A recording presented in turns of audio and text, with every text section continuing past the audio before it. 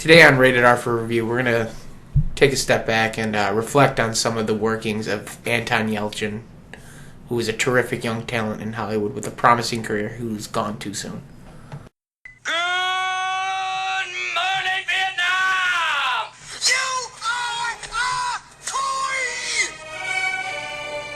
My sons were better men. She wouldn't even harm a fly. I am serious. And don't call me Shirley. What's going on, reviewers? He's Mike. And he's sloppy, but not sweet.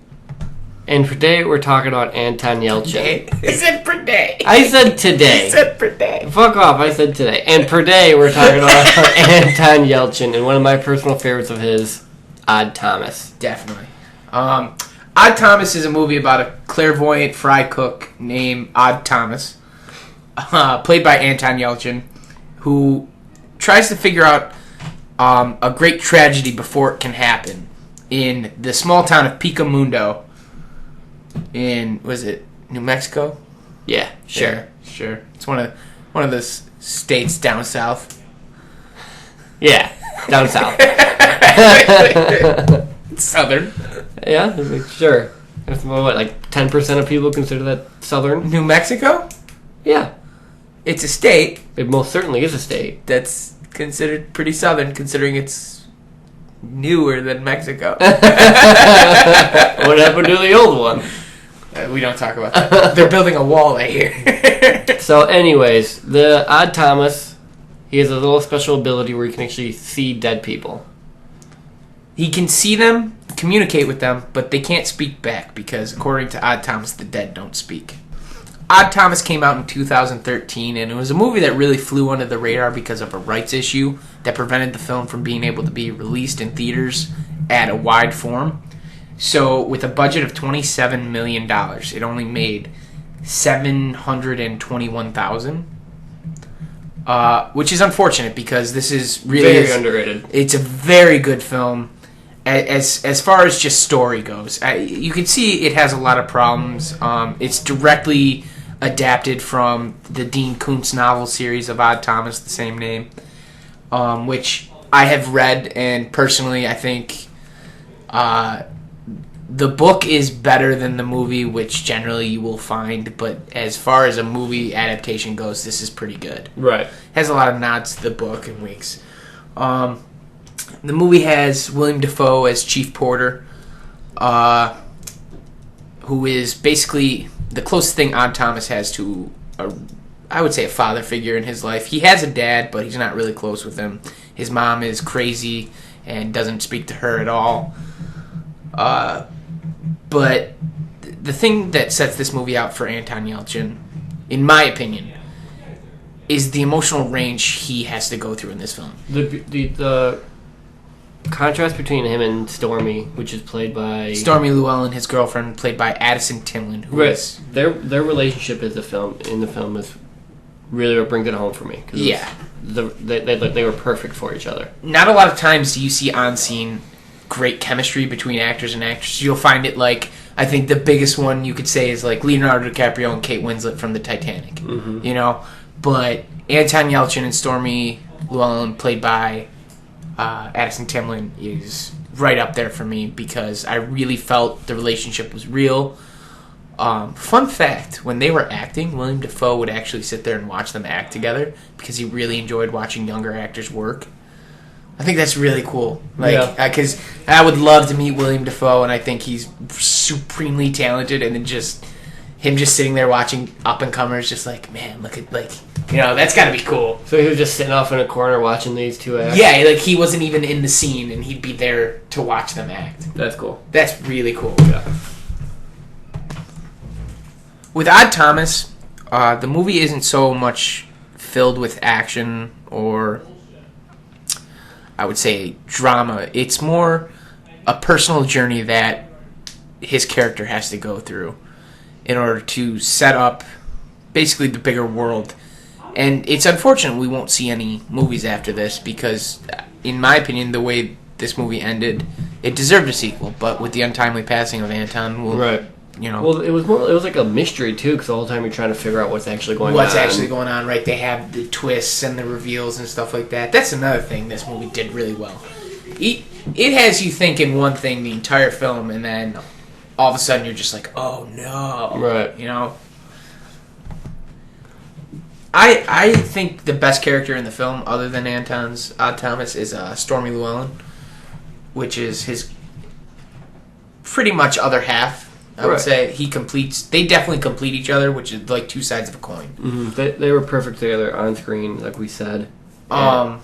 She brings something to the table, like this sense of not weakness, like not fear, but like almost vulnerability. Yeah, she's vulnerable but strong, which is great to see, especially considering she's not an action character. She's just a human person. Mm-hmm. And in a lot of movies, you don't see that as a character. You don't see the strong, vulnerable woman who basically holds everything together for someone else. Unless it's like a single mom and they don't have kids. Right. What's your highs and lows for the film?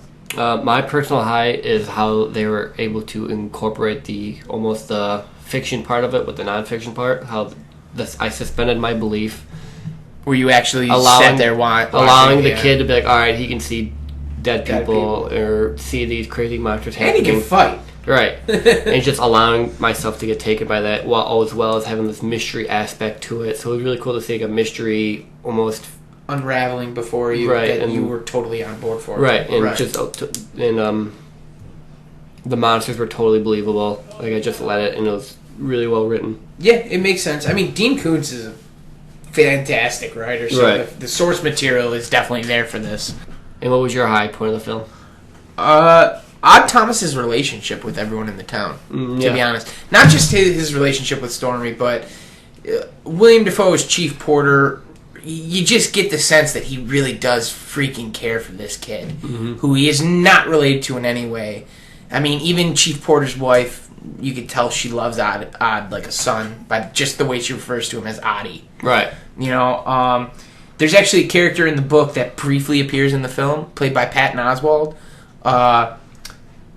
His name in the book is Ozzie P. Boone, and he's like this real eccentric, overweight author who's actually written books and stuff like that in the book, and just kind of a cameo nod to the fans that he's there. But you can see like Odd Thomas is a member of this community that everybody knows is a little off, but they know what a good person he is, and I like that. Like, it's a believable character that you can relate to. If you had a low for the film, what would it be? For me, it was just the predictability of it. Like there was a bunch of twists and turns where you can kind of guess where it was going, and as soon as something happens, you're like, okay, yeah, I kind of saw that coming. But did you see the twist at the end coming? I did, especially right when it happened. See, I didn't. I really didn't. I thought everything was okay. Yeah. I saw how it was leading up to it, and I just kind of thought that's how the route they were going to take with it. Really? Yeah. Ah, man, I'm a sucker for stuff like that. I didn't see that coming at all. I mean, great. I'm also the guy who didn't see King Candy being the main villain at the end, or the racer in Wreck-It Ralph. Didn't see that coming at all. Disney fooled me completely, so yeah. I'm not surprised this did as well. What was your low? Since I did read the book, honestly, my low is there's a character in the book named, you might have heard of him, Elvis Presley, is one of the ghosts that actually Odd talks to, and he's kind of a side character. And it's cool to see the relationship he has with a ghost that, he knows is this famous, and he's friends with him to the point where he's there for him as basically his, I want to say, not moral guide, but just someone basically to lean on when he needs support, because Elvis is still messed up. And I would have liked to have seen that in the movie. I really would have. The film has pacing issues. Like, it has a lot of cuts. Right, but it's always hard to put a 400-page book into an hour and a half. Right. So, I mean, you have to cut something somewhere. Right, and they did. They cut a lot of unnecessary things, no matter how I look at it, if I would have liked to have had them. Yeah. If you had to give it a rating, what would you say? I'd say go watch it just because it's one of Anton Yelchin's great films. But it's on Netflix. Go check it out. You won't be disappointed. What would you say? What would you rate it? I would say look for it on DVD or Blu-ray. Definitely, I think this is something to add to your collection, just because it's a movie you can always go back to. Even once all the twists and turns are revealed, it's just a good story. Like, you just, there's something about it and the characters within it that you just really relate to, and I think it's worth having. So in short, if you haven't seen a lot of his work, which unfortunately it's sad to say there wasn't that big of a repertoire for him, but the things that are out there, definitely worth checking out. To name a few after this, Fright Night, the 2 Star Trek films plus the new one that's coming out. He's got this new movie, this horror film called Green Room, that's his last work. And you can even go back and check out Charlie Bartlett, because that was when he first got some recognition. So thank you for your work, Anton, and you will be missed. As always, he's sloppy but not sweet. He's Mike. And this was Rated R for Review. Keep it tight.